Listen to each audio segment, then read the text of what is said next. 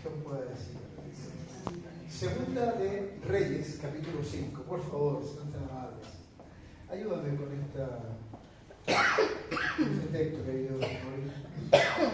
Sí, capítulo 5, versículo 8. Segunda de Reyes 5, 8. Es una historia muy linda.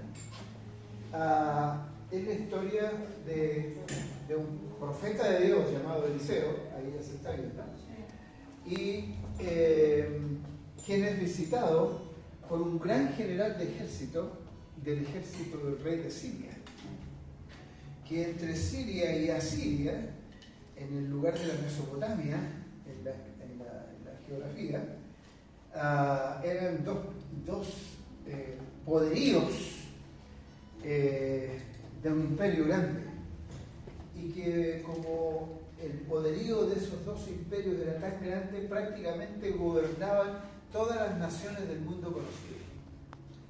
Pero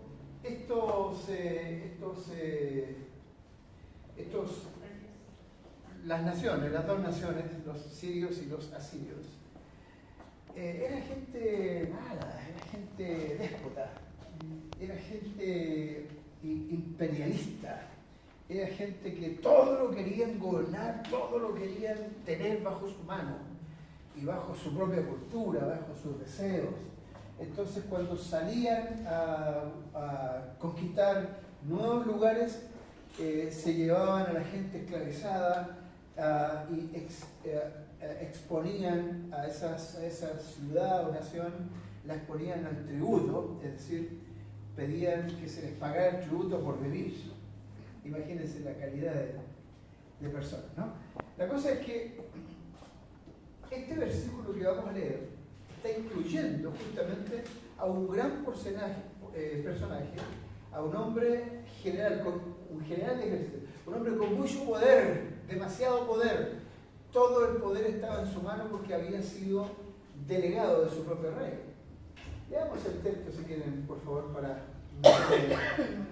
Cuando Eliseo, el varón de Dios, oyó que el rey de Israel, este no es del que hablo, el rey de Israel había rasgado sus vestidos, envió a decir al rey: ¿por qué has rasgado tus vestidos? Venga ahora a mí.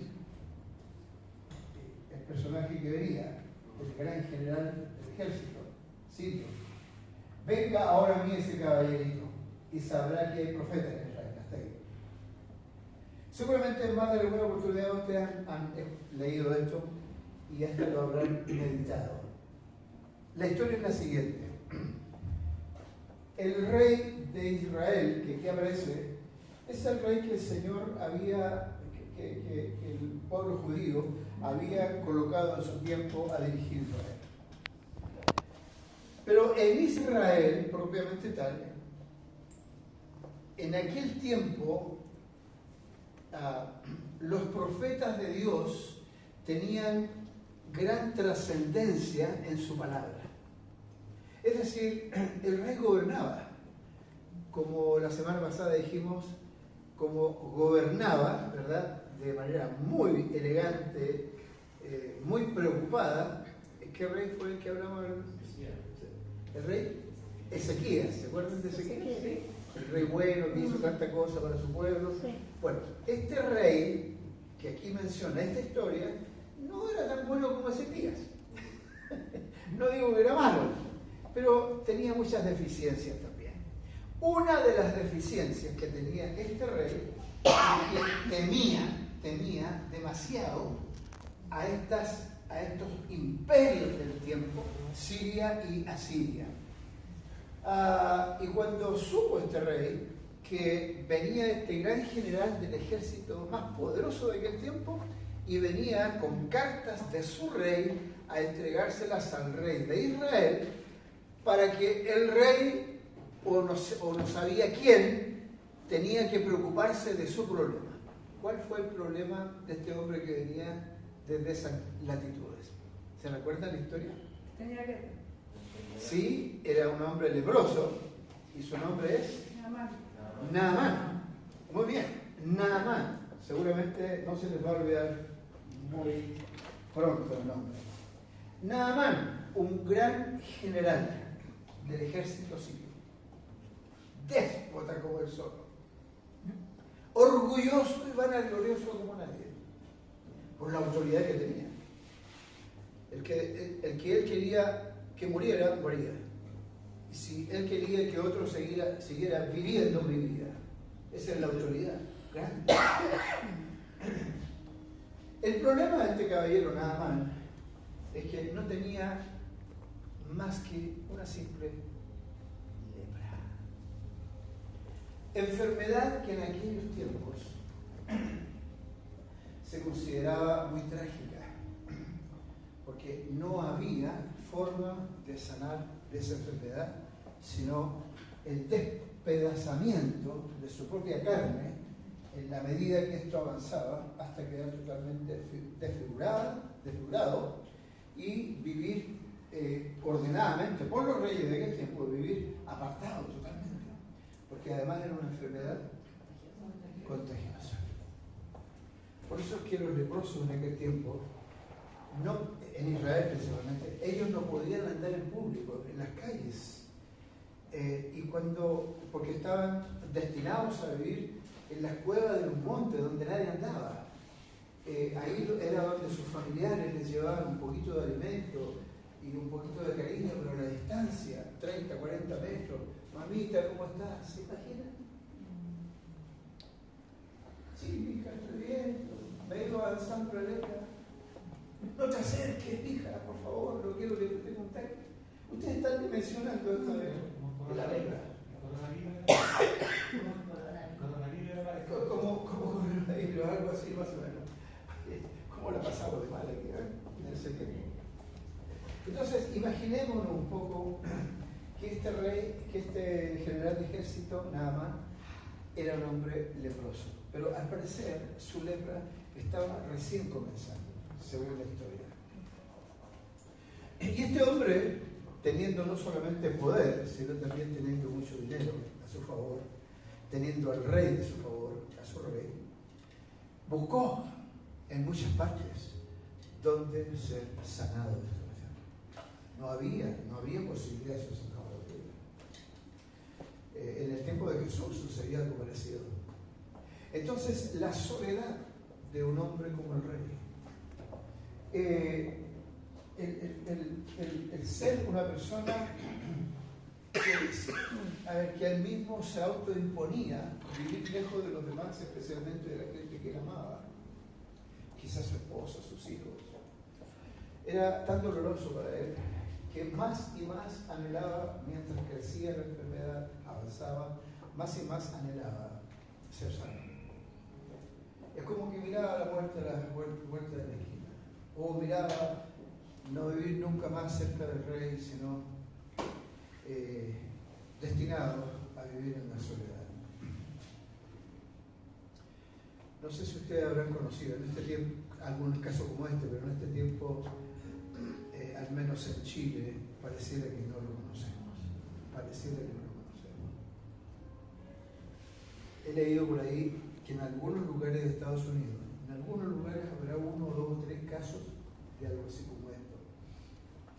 Pero por la bendición de la ciencia se ha ido también alcanzando mejoría en estos días. Claro, estamos muy lejos de esos días, con la historia de Naamán. El rey se asombra y se llena de temor. ¿Qué vienes a hacer aquí, Naamán? ¿Quieres que yo te sane? Hay como una conversación entre ellos. Yo no soy sanador de nada ni de nadie. Yo apenas estoy gobernando este pueblo pequeño de Israel. Gente que teme a Dios solamente. Pero no tengo ninguna posibilidad de ayudarte en esto. Pero a mí me dijo un jovencito de ustedes allá en Siria que viniera a esta tierra porque Dios me sanaría. Yo ya recuerdo la historia. Un jovencito, una jovencita. ¿Por qué no vas, señora? ¿Por qué no a la esposa? ¿Por qué no le dice a su marido, señora, que vaya a Israel? Es probable que allá sea sanado. muchacha temerosa de Dios y sabía del poder de Dios. Entonces anima la esposa al general para que venga a Israel. Y entonces, así llega al rey de Israel.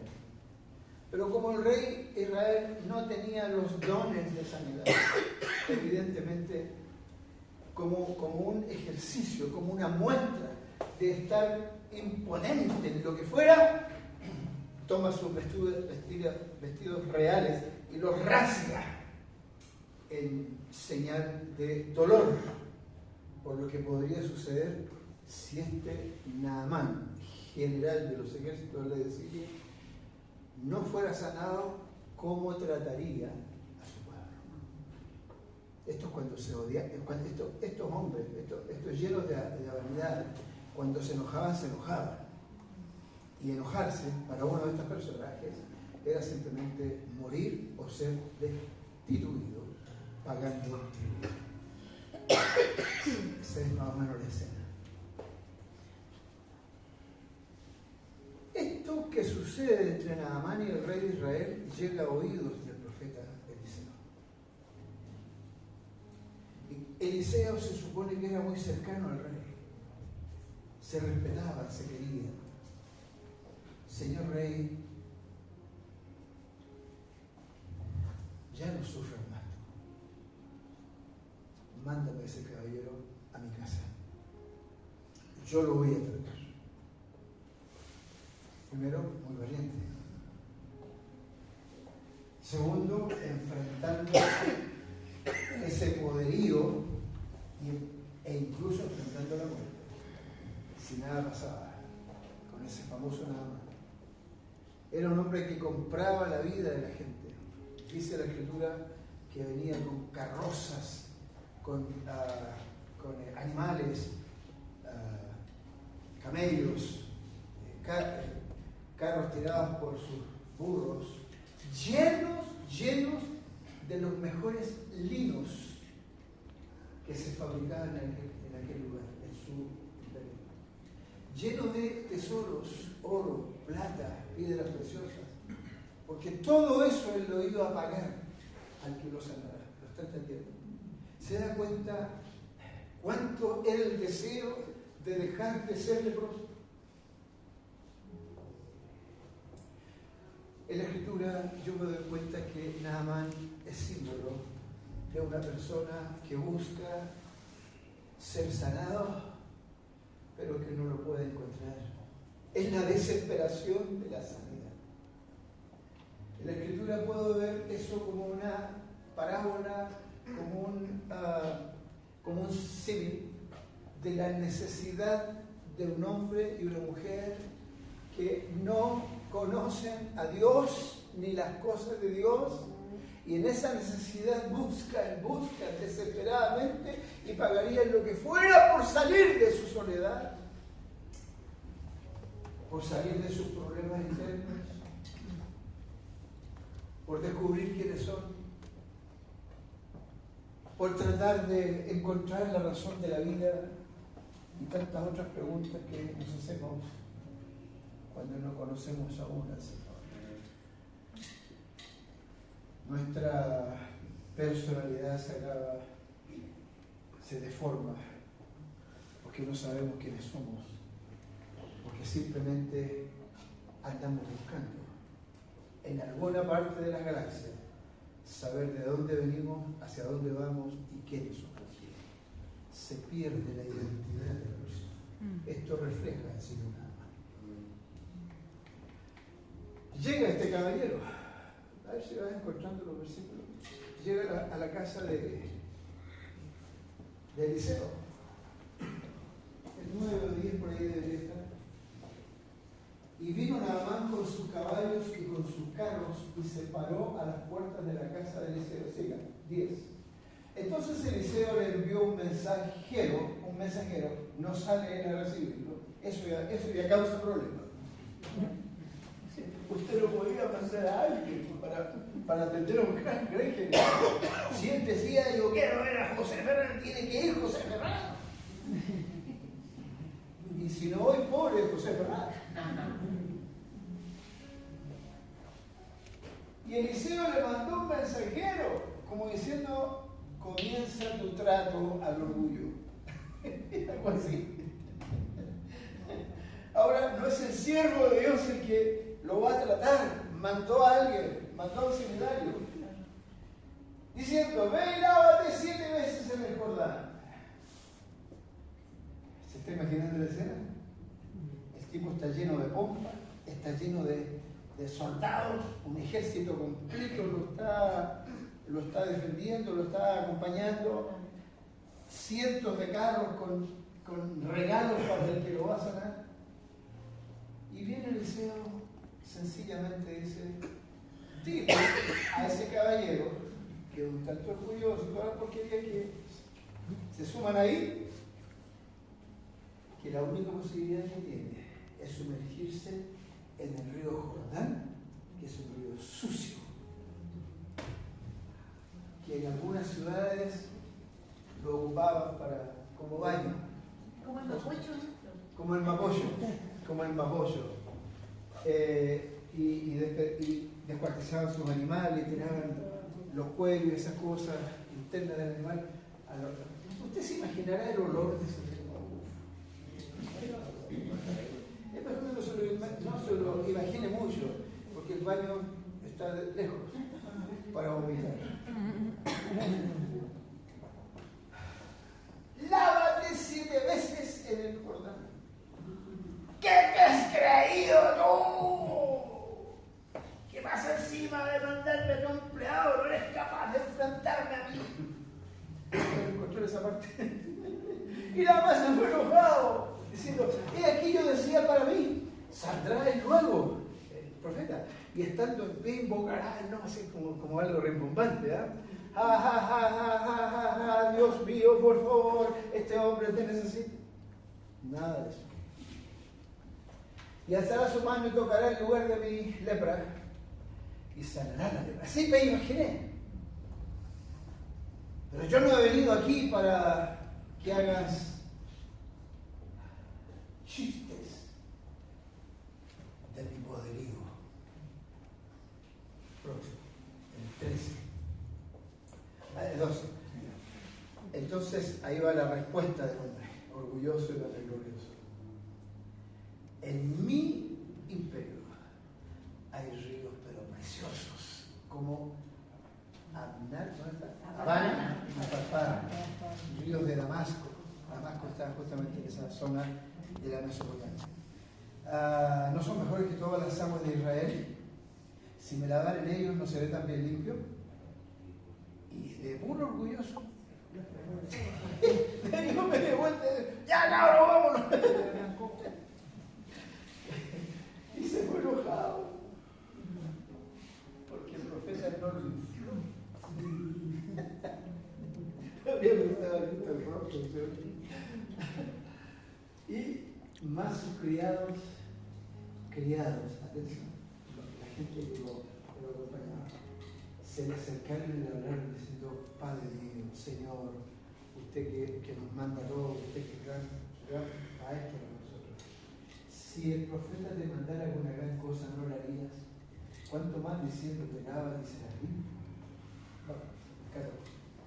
Entonces él descendió y se zambulló 7 veces en el Jordán, conforme a la palabra del varón de Dios, y su carne se volvió como la carne de un niño y quedó limpia. Qué precioso.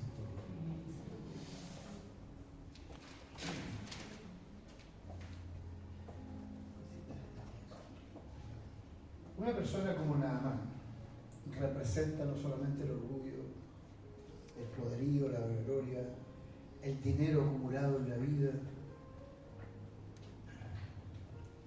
sino también la falta de fe. Si el profeta dijo 7 veces, quiere decir que en la primera zambullida no iba a hacer nada. Y que a la segunda tampoco. Eran 7, pero el mesianismo horrible, odioso. Pero era más allá de eso. Era el hecho de que un simple ciudadano de una nación tributaria de Asiria le estaba mandando algo tonto. ¿Por qué no lo sanaba de una vez? Pero diga conmigo, por favor. Dios tiene sus tratos. Con cada uno de nosotros. Hay alguien aquí que podría decir, sí, pastor, Dios me ha tratado. Dios me ha tratado.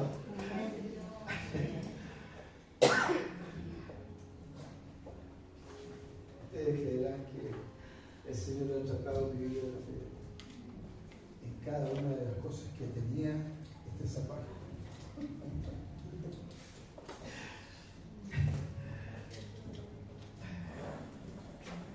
Seguramente alguno de ustedes ha sido tratado por Dios hasta las lágrimas.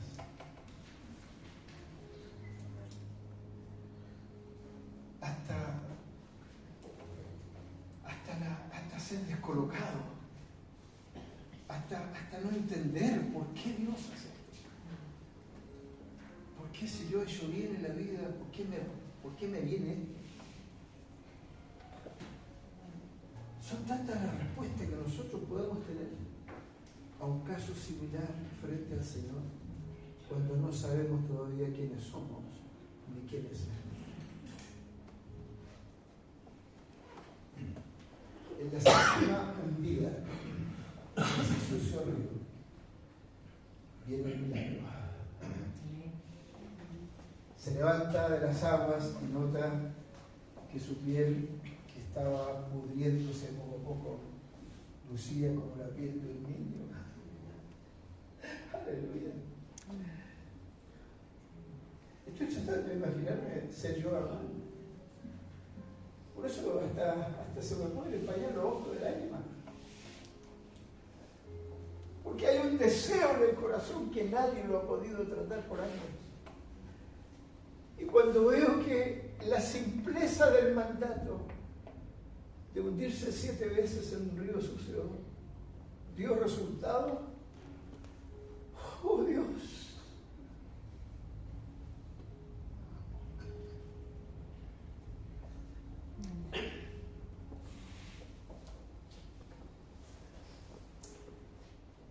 Lo caló hasta lo más profundo.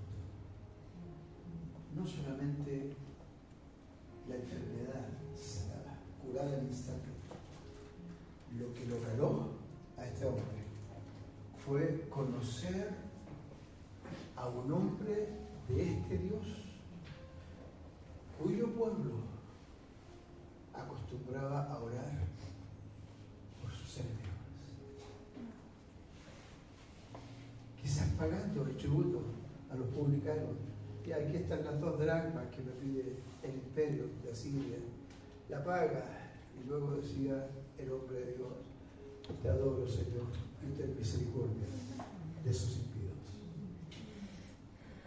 ¿Quién sabe si las oraciones de Israel fueron las que hicieron el milagro sobre un hombre déspota como él? ¿No habrán sido oraciones de alguno de los hijos de Dios que han sido respondidas en tu caso, aparte de las tuyas propias? Que nos enseña la Escritura que las oraciones de los santos y las lágrimas en aquellas oraciones son colocadas sobre una copa de oro en los cielos para retener tu oración, para conocer de tu oración, para conocer del dolor con el que clamas por otro. Eso se llama intercesión. En la intercesión de la iglesia hay mucha gente que recibe algún don, alguna gloria del Señor. Amén. Naamán es otro. Un hombre que no le obedecía nada ni a nadie. Tuvo que ser tratado en su orgullo, en su vanagloria, en su poderío, en sus riquezas. Algo Dios tiene que quebrar en nosotros para hacer milagros por nuestra vida. Algo Dios va a quebrar. Y quizás ya lo ha hecho contigo en más de una oportunidad. Pero créeme, por favor, escuchen esto que digo.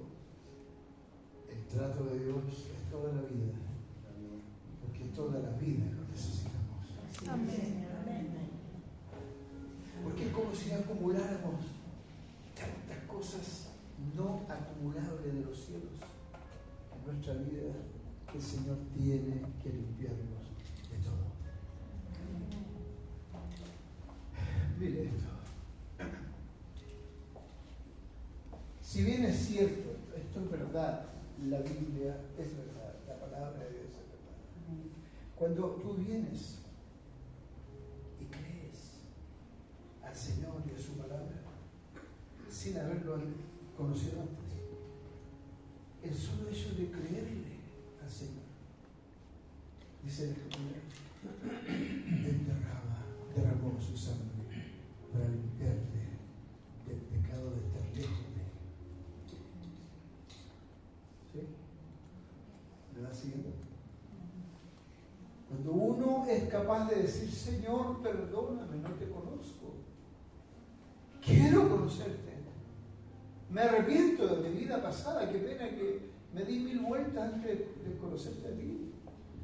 Esa acción de humildad tan sencilla es la que borra todos tus pecados delante de Dios. Amén. Y te hace su hijo. Es solo confianza, es solo fe. Eso es verdad y eso es el principio. Pero luego viene el trato de Dios para continuar limpiándote de un cuanto hay que hemos acumulado en la vida. Desde que comenzamos a crecer en nuestra propia casa, desde que conocimos a los amigos que nos dijeron esto y aquello, desde que entramos al trabajo y vimos que había que hacer ciertas triquiñuelas para poder ganar un poco más.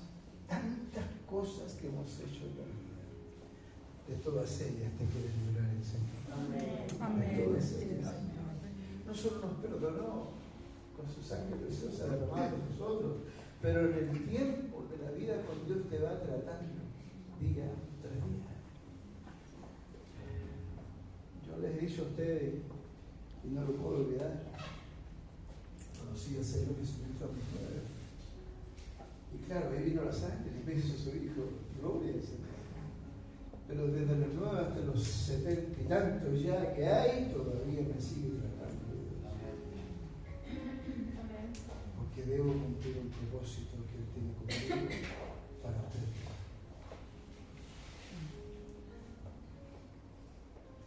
Yo debo cumplir un propósito que Él tiene conmigo en bendición de ustedes. Y para poder cumplir el propósito de Dios que tenga conmigo para bendición de ustedes, Él necesita tratarme cada día en las más profundas cuestiones del alma y de las actitudes.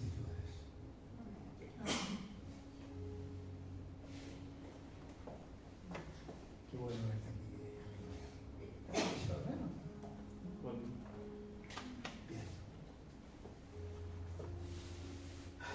Fue tal el impacto de Naamán, a ver si me encuentro este otro versículo, fue tal el impacto de Naamán que quiso regalarle todo al profeta, todo lo que traía de regalo. El profeta dijo, no, amigo, yo no vendo el don de Dios. Y se tuvo que devolver, nada más con todos sus regalos, porque no fue aceptado. Después pasan otras cosas en la historia, pero voy a algo puntual. Naamán, después de haberse retirado y haber caminado algunos kilómetros ya, se devuelve hasta el profeta en gratitud profunda, ahora sin ofrecerle su regalo. Todo lo que quería Naamán es que el profeta le diera permiso, un simple permiso, para tomar tierra de Israel y llevarla en su carruaje hasta su tierra, donde el rey se arrodillaba ante sus ídolos. Y dice la Biblia, y él lo acompañaba. Parece que era un rey más adulto ya, más mayor. Y él lo acompañaba para que su rey diera honra a su ídolo. Naamán pensó y dijo, ¿no encontraste? Vive Jehová en cuya presencia estoy, que no aceptaré y de la parte de la tierra. La parte de la tierra. A ver si encuentras eso.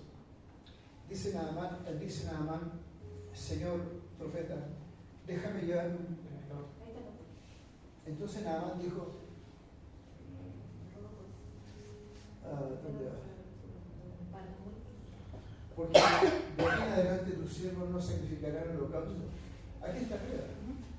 Te ruego pues, de esta tierra no se dará a tu siervo la carga de un par de mulas, porque de aquí en adelante, aquí usted ve el cambio de mentalidad de este caballero, porque de aquí en adelante, ahora se menciona a sí mismo, yo siervo tuyo. No podía haberlo dicho si algo no hubiese pasado en él. Hubo una transformación profunda. A eso la Biblia le llama la revelación del Espíritu de Dios. Tu siervo no sacrificará holocausto ni ofrecerá sacrificios a otros dioses, sino solo a Jehová. Pero yo quiero llevarle tierra, a mi tierra, de tal forma que cuando yo acompañe a mi rey a su idolatría, yo no participaré de la idolatría de mi rey. Yo colocaré esa tierra en mi propia casa y sobre esa tierra adoraré a Jehová de los ejércitos. Porque esta tierra ha sido bendición para mi vida. Oh, hermanos,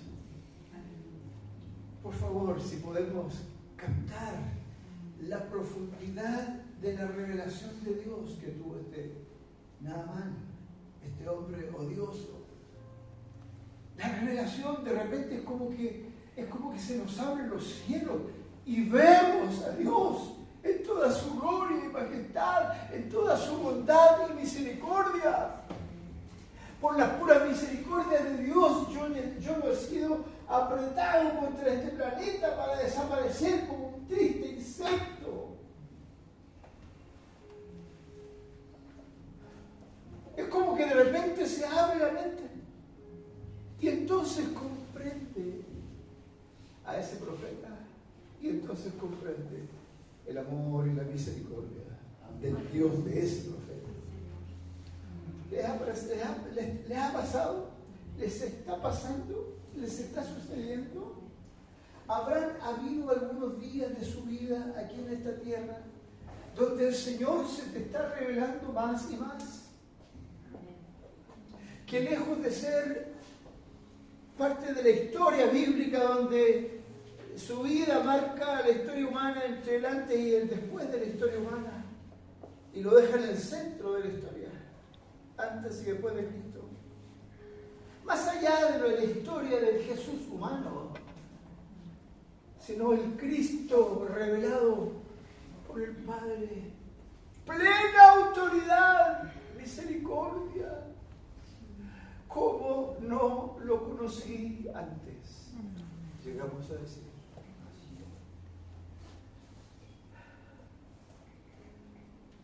Es maravilloso el Señor Jesucristo. Tanto caló la vida de Naamán, este hombre de Dios, y lo que vio de Dios, que decidió vivir su vida en otra tierra, en la tierra de Israel. Por eso lleva 2 mulas cargadas con la tierra de la santidad, con la tierra de la humildad, con la tierra de las oraciones, con la tierra del Dios de ese pueblo. No quiso separarse. Sabía que él debería seguir siendo el general del rey aquel, pero no estaba ahora dispuesto a participar de su idolatría. Él quería vivir en ese pequeño Jerusalén, en esa pequeña Israel, quizás unos 4, 5, 10 metros cuadrados, donde se arrodillaba y decía: Señor, gloria a tu nombre. Nadie más alcanzó en mi vida lo que tú has alcanzado. No solamente me sanaste físicamente, me alcanzaste en mi espíritu. Gracias por haberte revelado.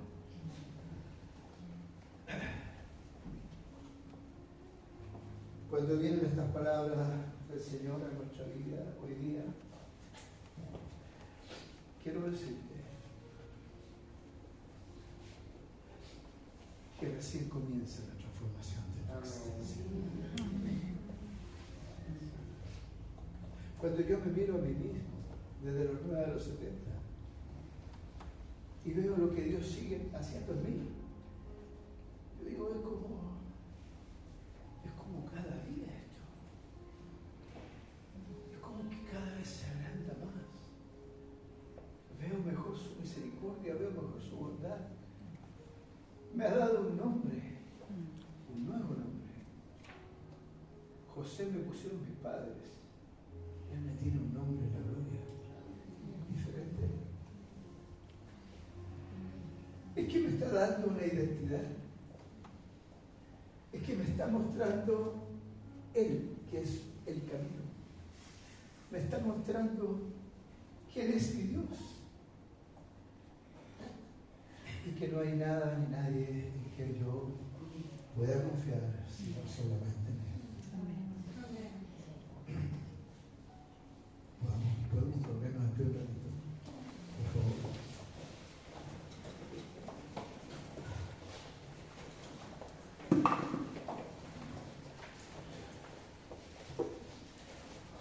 Señor profeta, cuando yo vuelva a mi tierra y vuelva a mi rey, no dejaré que se apoye en mi hombro para llevarlo hasta su lugar de su Dios, hasta su idolatría. Seguirá contando conmigo, soy un hombre leal, dice nada. Pero en lo que se refiere a mi espíritu contigo y mi experiencia profunda contigo, yo seguiré en estos 10 metros cuadrados de Tierra Santa, porque aquí encontré la vida eterna. Aleluya, aleluya. Queridos, mi primera gran razón por la cual ha venido esta palabra a mi vida para ustedes hoy es que tenemos nuestros 10 metros cuadrados de tierra santa y no son físicos. Dice la Escritura que ahora nosotros vivimos en Él. Él es nuestro piso, Él es nuestro suelo, Él es nuestro todo. Donde nos movamos en la vida, nos movemos en Él, estando viviendo en Él. Ya nunca más viviremos fuera de Él. Fuimos insertos, fuimos injertados en Él para nunca más salir. Él es un hijo de Dios. Él es una hija de Dios. Tú tienes una historia hacia atrás. La historia tuya es Jesucristo. Para atrás y para el futuro. Tu gran historia se llama Jesús. Por eso es que creo que debemos darle gracias al Señor, pero también decir: Señor, tú eres mi historia. Aleluya, tú eres el dueño de mi historia. Un día te conocí, pero cada día que te he conocido, tú te sigues revelando más profundamente. Gloria al nombre. Me has dado un nombre, me has dado una identidad. Yo soy cerrada por mi padre, troncoso por mi madre. Pero mi identidad no es esa. Mi identidad es que soy hijo de Dios. identidad es que soy parte del reino de Dios. Mi identidad es que soy hijo del Señor. ¿Cuál es tu identidad? Esta tarde, esta noche, el Señor se te puede revelar un grado más y otro durante el resto de tus días aquí en la tierra. Aleluya. Te animo para que le entregues tu vida al Señor. Pero no solamente eso. Dígale en su oración: Señor, enséñame a conocerte cada día más. Enséñame, revélate a mí, porque te quiero conocer más allá del Cristo histórico. Aleluya. Dice tu palabra, Señor, que tú te mostrarás a nosotros tal cual eres. Bendito es tu nombre santo. Y esta noche, Señor, queremos que hagas ese milagro en todos nosotros.